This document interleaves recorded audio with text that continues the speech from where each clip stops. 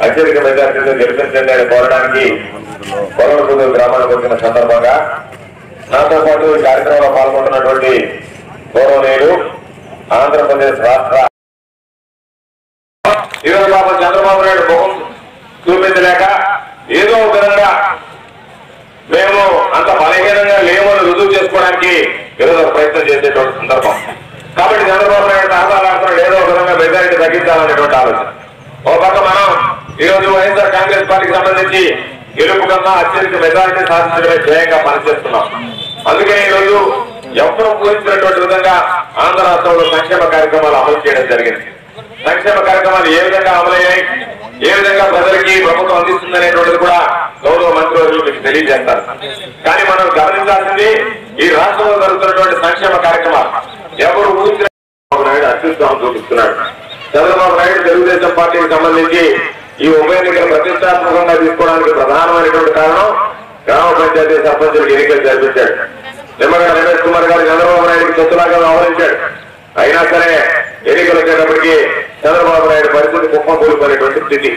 దాదాపుగా 90% పైగా ఈరోజు వైఎస్ఆర్ కాంగ్రెస్ పార్టీకి సంబంధించినటువంటి సర్పంచ్ అభ్యర్థులు గెలుపొందడం జరిగింది. మున్సిపాలిటీ ఎన్నికలు జరిగాయి. దాదాపుగా 75 మున్సిపాలిటీకి ఎన్నికలు జరిగితే 74 మున్సిపాలిటీలు వైఎస్ఆర్ కాంగ్రెస్ పార్టీ వశమయ్యాయి. 12 కార్పొరేషన్ ఎన్నికలు జరిగితే 12 కార్పొరేషన్ లో కూడా వైఎస్ఆర్ కాంగ్రెస్ పార్టీ విజయం సాధించడం జరిగింది. కాబట్టి చంద్రబాబు నాయుడికి ఊహించినటువంటి షాక్ జరిగింది. కాబట్టి కొంచెం మనందరం చూసాం ఆంధ్ర రాష్ట్ర చరిత్రలో ఒక పార్టీ బలపరిచినటువంటి అభ్యర్థులు ఇంత పెద్ద సంఖ్యలో విజయం సాధించినటువంటి సందర్భం మొన్న ఎన్నికల్లో చంద్రబాబు నాయుడు పర్యటన ఉంది. 40 లక్షలు ఖర్చు అవుతుంది.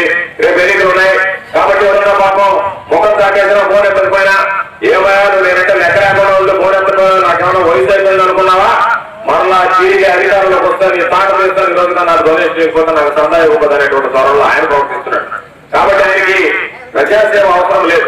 రాజకీయాన్ని పదవుల్ని అడ్డు పెట్టుకుని ఏ అవసరం వచ్చినా సరే ఎవరో ఒకరి దగ్గర ముక్కుపోయిన వసూలు చేసుకొని డబ్బులు వేసుకోవడం తప్ప మరో ఆలోచన చేసేటువంటి వ్యక్తిత్వం మనస్తత్వం కాదు. కాబట్టి ఇవన్నీ దృష్టిలో పెట్టుకుని చంద్రబాబు నాయుడు గాని చంద్రమోహన్ రెడ్డి గారు కానీ వీళ్ళందరూ తెల్లని కాసులాగా తయారయ్యారు.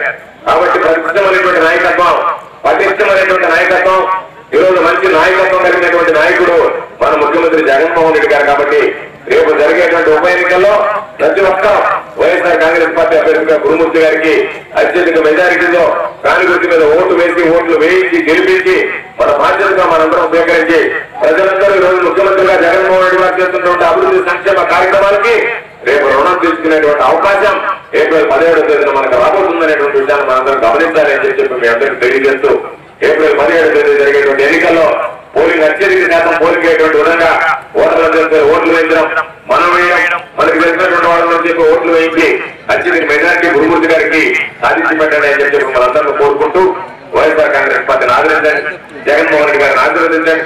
మీ సంపూర్ణమైనటువంటి ఆశీస్సులు ఈరోజు గురుమూర్తి గారికి అందించి కాంగ్రెస్ మీద ఓటు వేసి అత్యధిక మెజారిటీతో గురుమూర్తి ఘన విజయం సాధించేందుకు మీ సంపూర్ణ